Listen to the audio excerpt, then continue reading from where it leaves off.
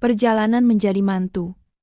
Hujan gerimis mulai menyiram jalan raya yang menghubungkan kota Jakarta dengan Kabupaten Cirebon. Kaca mobil yang kusetir sedikit demi sedikit mulai berkabut akibat perbedaan suhu antara dalam dan luar kendaraan.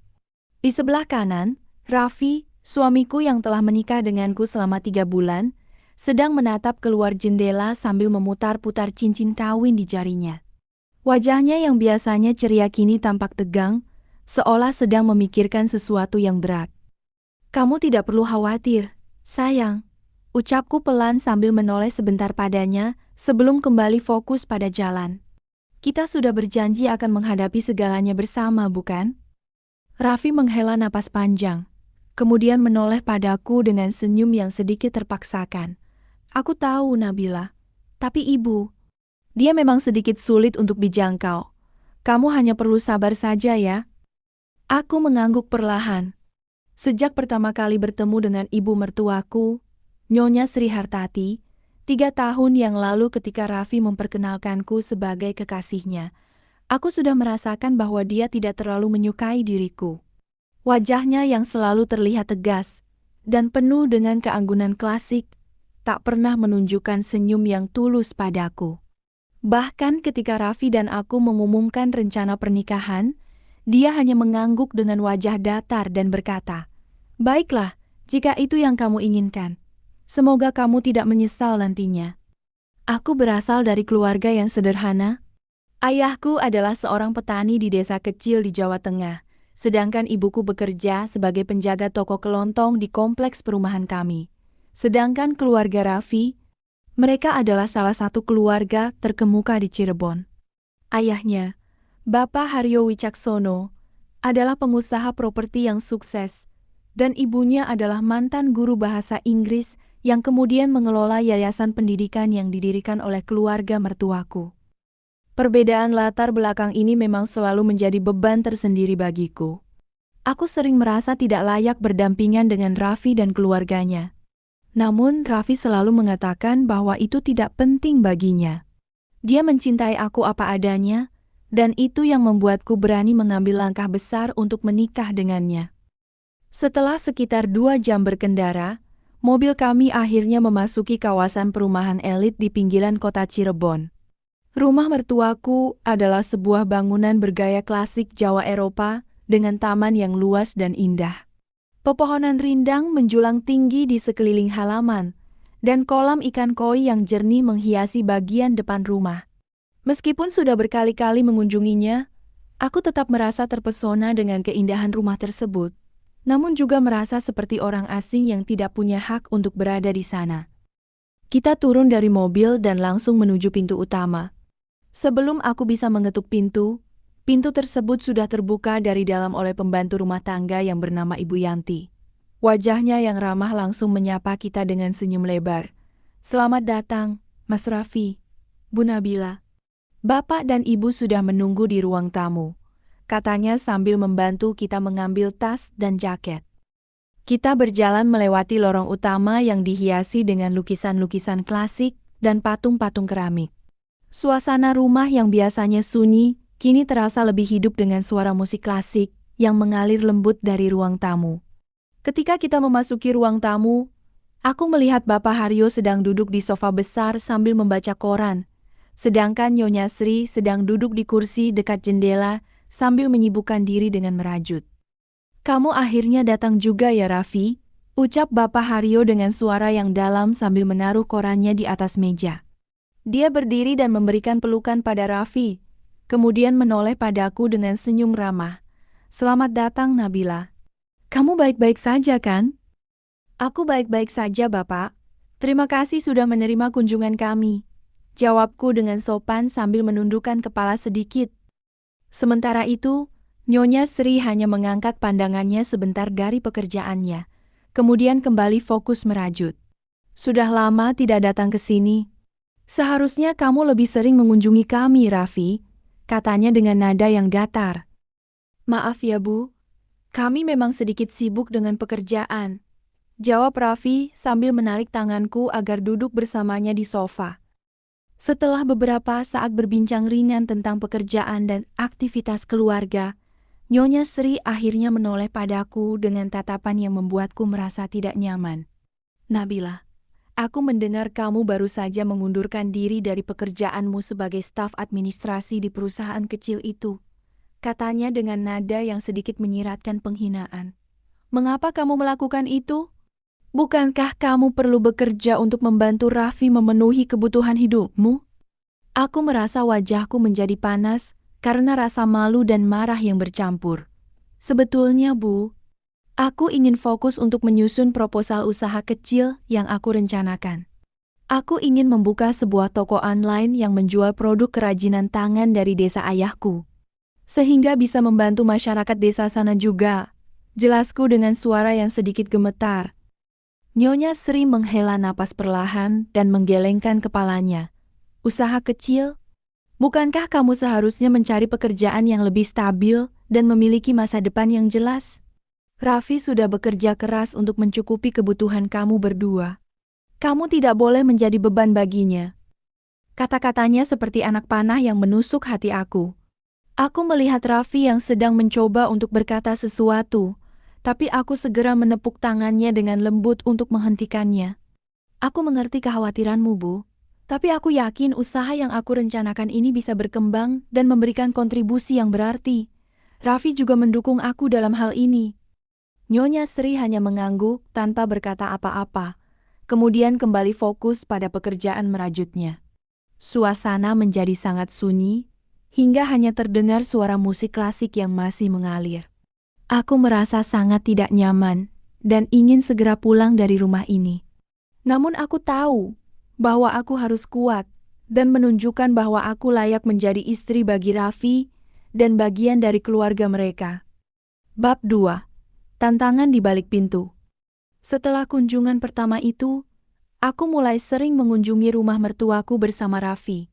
Meskipun setiap kunjungan selalu membuatku merasa tegang dan tidak nyaman, aku berusaha semaksimal mungkin untuk menunjukkan bahwa aku adalah orang yang baik dan layak untuk menjadi bagian dari keluarga mereka.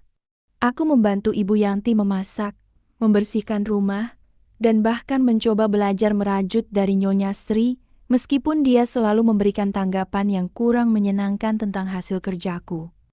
Suatu hari, ketika aku sedang membantu Ibu Yanti memasak di dapur, Nyonya Sri masuk dengan membawa sebuah bungkusan besar. Dia menaruh bungkusan itu di atas meja dan menoleh padaku dengan tatapan yang serius. Nabila, aku punya sesuatu yang ingin kamu lihat, katanya dengan suara yang tegas. Aku segera memosongkan tanganku dan mendekati dia dengan rasa penasaran dan sedikit takut. Apa itu, Bu? Tanyaku pelan. Nyonya Sri membuka bungkusan tersebut dan mengeluarkan sebuah kotak kayu yang indah. Di dalam kotak itu, terdapat berbagai macam perhiasan berharga, mulai dari kalung, gelang, hingga anting-anting yang terbuat dari emas dan permata. Ini adalah koleksi perhiasan keluarga kami yang telah diwariskan dari generasi ke generasi. Jelasnya sambil mengambil salah satu kalung yang sangat indah. Biasanya, perhiasan ini diberikan kepada istri dari anak laki-laki keluarga kami sebagai tanda bahwa mereka telah diterima sepenuhnya menjadi bagian dari keluarga. Namun, aku merasa belum waktunya untuk memberikannya padamu.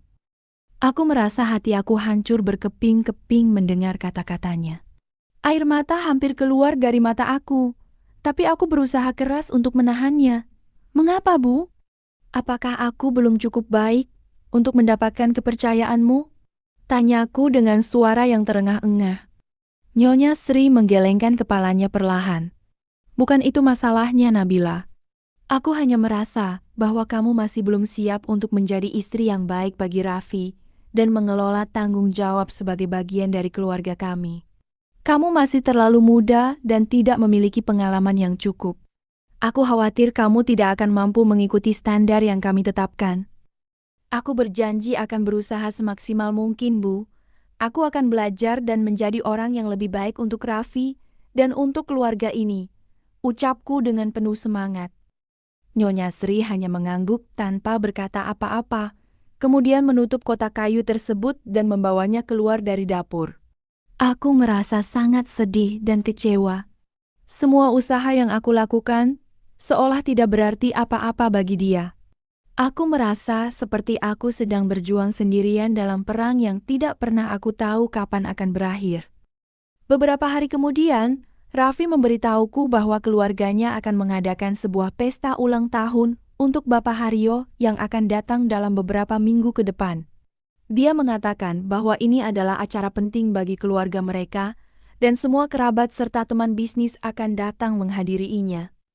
Aku ingin kamu tampil cantik dan percaya diri di acara itu. Sayang, ucap Raffi sambil memelukku dari belakang. Ini adalah kesempatan bagimu untuk menunjukkan pada keluarga bahwa kamu adalah istri yang baik bagi aku.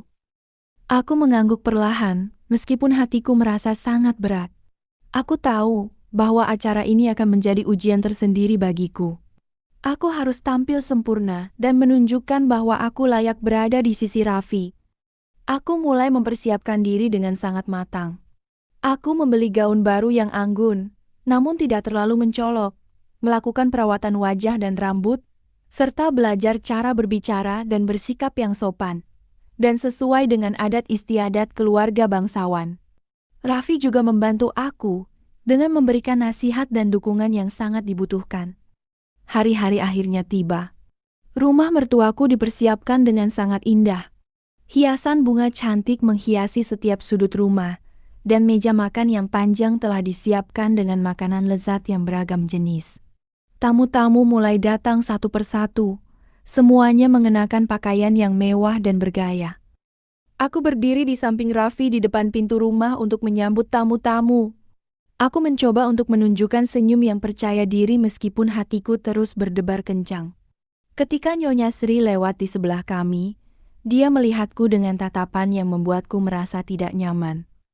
Pastikan kamu berperilaku dengan baik dan tidak membuat keluarga kita malu, Nabila, katanya dengan suara yang hanya bisa kudengar. Aku mengangguk perlahan dan menjawab dengan sopan. Tidak usah khawatir, Bu. Aku akan berusaha semaksimal mungkin. Selama acara berlangsung, aku berusaha untuk bersikap sopan dan ramah kepada semua tamu. Aku membantu Ibu Yanti dan para pembantu lainnya dalam melayani tamu dan juga berbicara dengan beberapa kerabat keluarga yang datang. Namun, aku selalu merasakan tatapan menyelidiki dari Nyonya Sri yang membuatku merasa sangat tidak nyaman. Pada saat acara memasuki puncaknya, Bapak Haryo berdiri untuk memberikan pidato ucapan terima kasih kepada semua tamu yang telah datang. Setelah itu, Nyonya Sri juga berdiri dan mengambil mikrofon dari meja. Saya ingin mengucapkan terima kasih kepada semua tamu yang telah menghiasi acara ulang tahun suamiku ini, ucapnya dengan suara yang jelas dan kuat. Kami sangat menghargai kehadiran kalian semua. Selain itu, saya juga ingin mengambil kesempatan ini untuk memperkenalkan seseorang yang sangat spesial bagi keluarga kami. Aku merasa hati aku berhenti berdetak sejenak. Apakah dia akan memperkenalkanku sebagai istri Raffi dan menerima aku sebagai bagian dari keluarga? Aku melihat Raffi yang juga tampak sangat penasaran dan sedikit tegang. Namun, harapanku segera sirna ketika Nyonya Sri mengundang seorang wanita muda yang cantik dan anggun untuk berdiri di sebelahnya. Wanita itu mengenakan gaun malam yang sangat mewah dan memiliki wajah yang sangat akrab bagiku.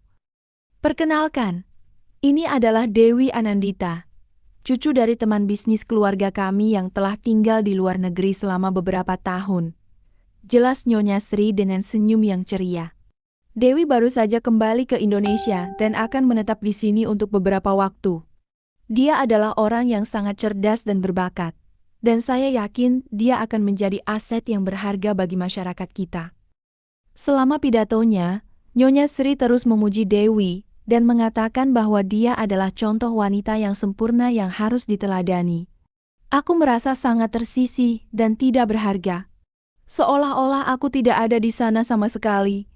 Raffi meraih tanganku dengan erat dan menatapku dengan rasa kasihan dan dukungan. Tapi itu tidak cukup untuk menghilangkan rasa sakit yang kubawa di hati. Setelah acara berakhir dan tamu-tamu mulai pulang, aku segera pergi ke kamar mandi untuk menangis dengan sekuat tenaga. Aku merasa sangat sakit hati dan kecewa. Semua usaha yang aku lakukan seolah tidak pernah ada di mata Nyonya Sri. Dia hanya melihat kekuranganku dan tidak pernah melihat usaha dan cinta yang aku berikan untuk Raffi dan keluarga mereka. Bab 3. Kemelut dalam pernikahan. Setelah acara ulang tahun itu, hubungan antara aku dan Nyonya Sri menjadi semakin tegang. Aku merasa sangat sulit untuk menghadapinya dan seringkali merasa tidak nyaman ketika berada di rumahnya. Raffi mencoba untuk menjembatani hubungan antara kita, tapi itu tidak mudah. Nyonya Sri tampaknya telah membentuk pendapatnya tentang diriku dan tidak ingin mengubahnya. Suatu hari, Raffi memberitahuku bahwa dia harus pergi keluar kota untuk mengikuti sebuah konferensi bisnis yang akan berlangsung selama seminggu. Aku merasa sedikit khawatir karena harus tinggal sendirian di rumah kita. Tapi Raffi mengatakan bahwa itu adalah kesempatan bagiku untuk fokus pada usaha yang aku rencanakan. Saya akan selalu menghubungimu setiap hari, sayang, ucapnya sambil mencium dahiku. Jangan terlalu khawatir tentang ibu. Aku akan berbicara dengannya dan mencoba membuat dia memahami bahwa kamu adalah orang yang baik dan layak untuk menjadi istriku. Aku mengangguk perlahan dan memberikan pelukan yang erat padanya. Aku akan menunggu kamu kembali dengan selamat, sayang. Jangan terlalu bekerja keras ya. Setelah Raffi pergi, aku mulai fokus pada usaha kecil yang aku rencanakan. Aku menghubungi beberapa kerajinan tangan di desa ayahku dan mulai membuat katalog produk untuk dijual secara online. Aku juga belajar tentang pemasaran digital dan cara mengelola toko online dengan baik. Meskipun pekerjaannya cukup berat dan melelahkan, aku merasa sangat senang dan puas karena bisa melakukan sesuatu yang aku cintai dan juga membantu masyarakat desa. Namun, kebahagiaan itu tidak berlangsung lama. Pada hari ketiga setelah Raffi pergi, aku menerima telepon dari Nyonya Sri yang menyuruhku untuk datang ke rumahnya segera. Aku merasa sangat cemas dan khawatir karena tidak tahu apa yang dia inginkan dariku. Ketika aku tiba di rumah mertuaku, aku melihat Nyonya Sri sedang duduk di ruang tamu dengan wajah yang sangat serius. Di sebelahnya berdiri Dewi yang kami temui di acara ulang tahun Bapak Haryo beberapa waktu lalu. Kamu akhirnya datang juga ya, Nabila, ucap Nyonya Sri dengan nada yang dingin. Aku punya sesuatu yang penting untuk kamu katakan. Aku mendekati mereka dengan hati-hati dan duduk di kursi yang disediakan. Apa itu, Bu? Apakah ada sesuatu yang salah? Tanyaku dengan suara yang sedikit gemetar. Nyonya Sri menghela napas panjang dan menatapku dengan tatapan yang membuatku merasa tidak nyaman. Aku telah memikirkan dengan matang tentang hubunganmu dengan Raffi, dan aku merasa bahwa kamu bukanlah orang yang tepat untuknya. Kamu tidak memiliki latar belakang yang sesuai dengan keluarga kita, dan kamu tidak mampu memberikan apa yang dibutuhkan oleh Raffi sebagai seorang pria sukses. Aku merasa seperti terkena petir mendadak. Air mata mulai mengalir deras dari mata aku. Tapi, Bu, aku mencintai Raffi dengan sepenuh hati. Dan dia juga mencintaiku. Mengapa kamu tidak bisa menerima aku sebagai istrinya?